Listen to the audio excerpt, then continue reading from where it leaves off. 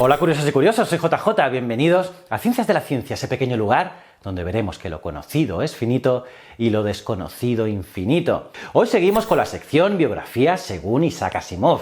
En ella veremos las historias de los grandes científicos a ojo de uno de mis ídolos, el gran escritor nacido en Rusia, Isaac Asimov. Como siempre, me basaré en su libro Momentos Estelares de la Ciencia y siempre os dejaré el enlace a este libro en la descripción para que lo podáis comprar. Es espectacular. Hoy hablaremos de Galileo Galilei. Bueno, ¿queréis saber más sobre este astrónomo italiano? Pues vamos a curiosear.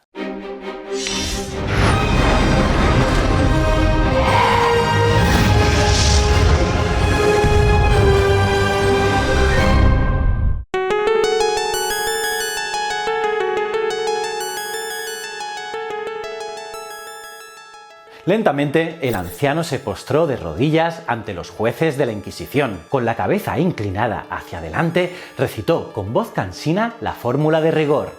Negó que el Sol fuese el centro del universo y que la Tierra girara en torno a su eje, y además alrededor del Sol. También admitió que había sido un error enseñarlo así. Aquel día, el 22 de junio de 1633, los clérigos que formaban el Tribunal de la Inquisición en Roma sintieron que había conseguido una victoria. Galileo Galilei, a sus 69 años, era el científico más renombrado de Europa y famoso también por sus escritos, que exponían claramente sus ideas y ridiculizaban de manera eficaz a sus oponentes. Ahora le habían obligado a confesar que estaba equivocado. La Inquisición, temerosa de su fama, le había dispensado un trato cortés y le dejaba que volviera a Florencia, donde pasó los últimos 8 años de su vida, dedicado a otros problemas alejados de toda polémica. Galileo no volvió a importunar a la Iglesia con ideas heréticas. Ya el 8 de enero de 1642 murió.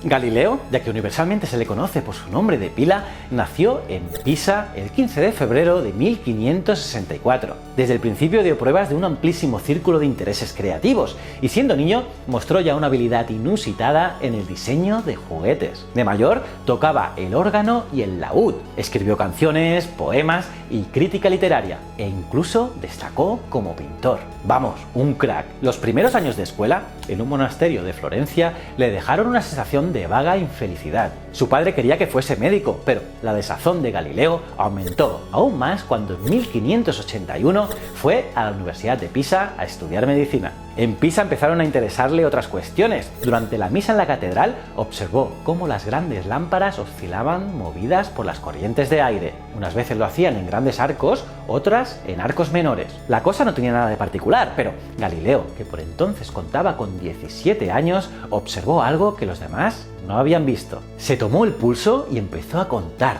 Tantas pulsaciones para una oscilación amplia y rápida, tantas otras para una pequeña y lenta. Lo curioso era que el número de pulsaciones era igual en ambos casos. Galileo había descubierto la ley del péndulo. Ahora bien, si el péndulo oscilaba con perfecta constancia y, por así decirlo, dividía el tiempo en pequeños fragmentos iguales, entonces constituía un método nuevo y revolucionario de medir el tiempo.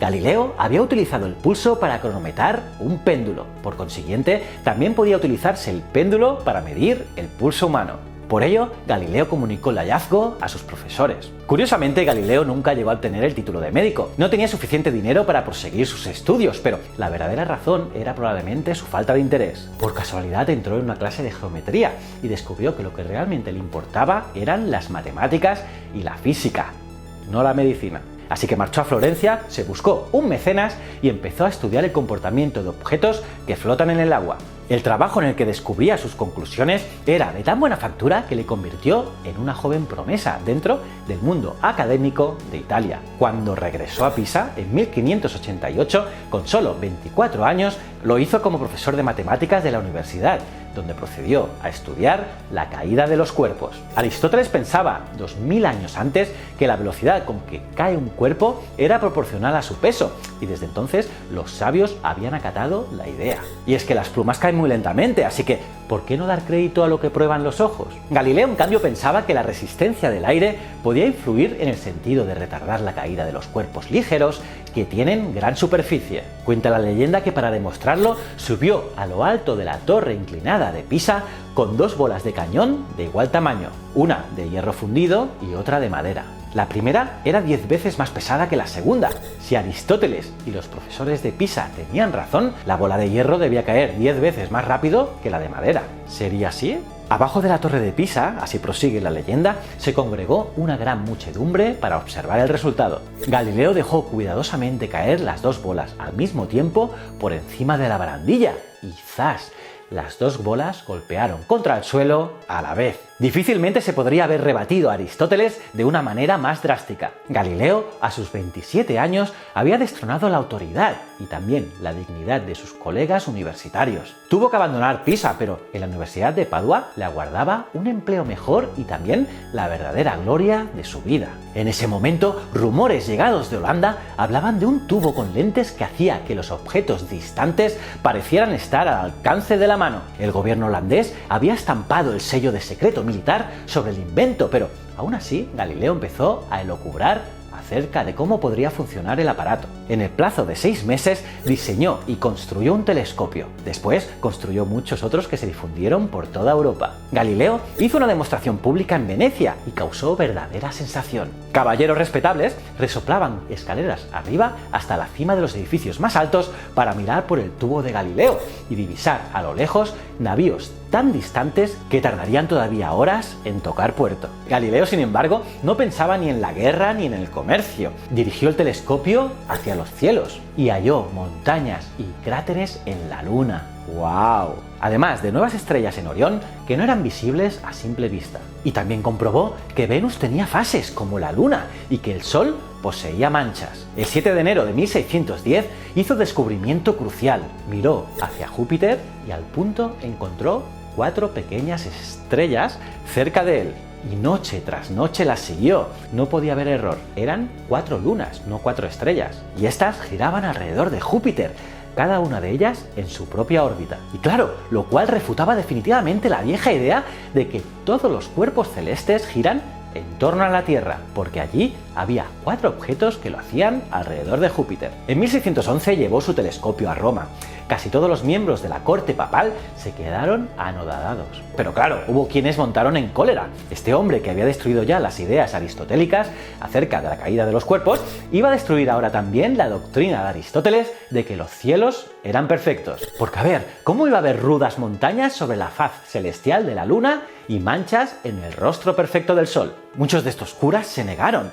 Algunos dijeron que las lunas de Júpiter no podían verse a simple vista y que por tanto carecían de utilidad para el hombre y no podían haber sido creadas. Si el instrumento permitía verlas, es que el instrumento estaba mal. Un aparato maculado, dijeron algunos, o un instrumento del demonio, dijeron otros. Una fracción de la Iglesia apoyó a Galileo, pero otra lo atacó. El pisano escribió entonces diversos artículos sobre sus descubrimientos, en los cuales se defendía sarcásticamente de sus enemigos. Poco a poco fue tomando partido cada vez más abierto por las teorías de Copérnico, que por cierto, aquí tenéis un vídeo súper interesante. Y es que Galileo tenía especial habilidad para ridiculizar a sus adversarios, y eso rara vez se lo perdonaron. Y es que enfrente tenía esta vez a hombres de mucho poder en la Iglesia, por cuya influencia ésta declaró finalmente en 1616 que la creencia en el sistema copernicano era herejía. Por ello, el Papa Pío V ordenó a Galileo que abandonara las ideas de Copérnico. Entonces, Galileo obedeció durante nada más y nada menos que 15 años, al menos en público.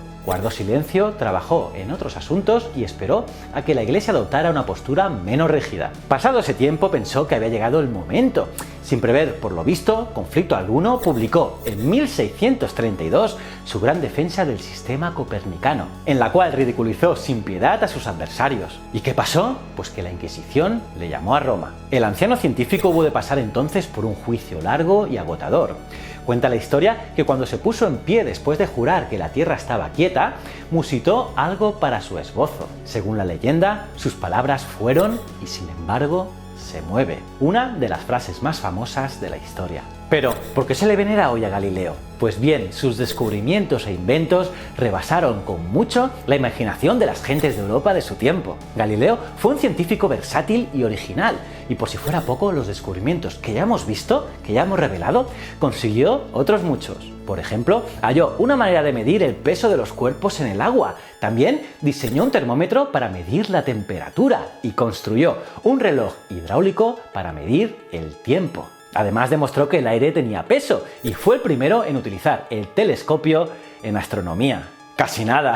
Vaya crack. Pero no es solo por eso por lo que Galileo ocupa un lugar tan alto en la jerarquía de la ciencia. En primer lugar, descubrió las leyes que gobiernan la fuerza y el movimiento, la velocidad de los objetos en movimiento, y después enunció estas leyes de la dinámica en fórmulas matemáticas, y no en palabras. Y aquí está la clave.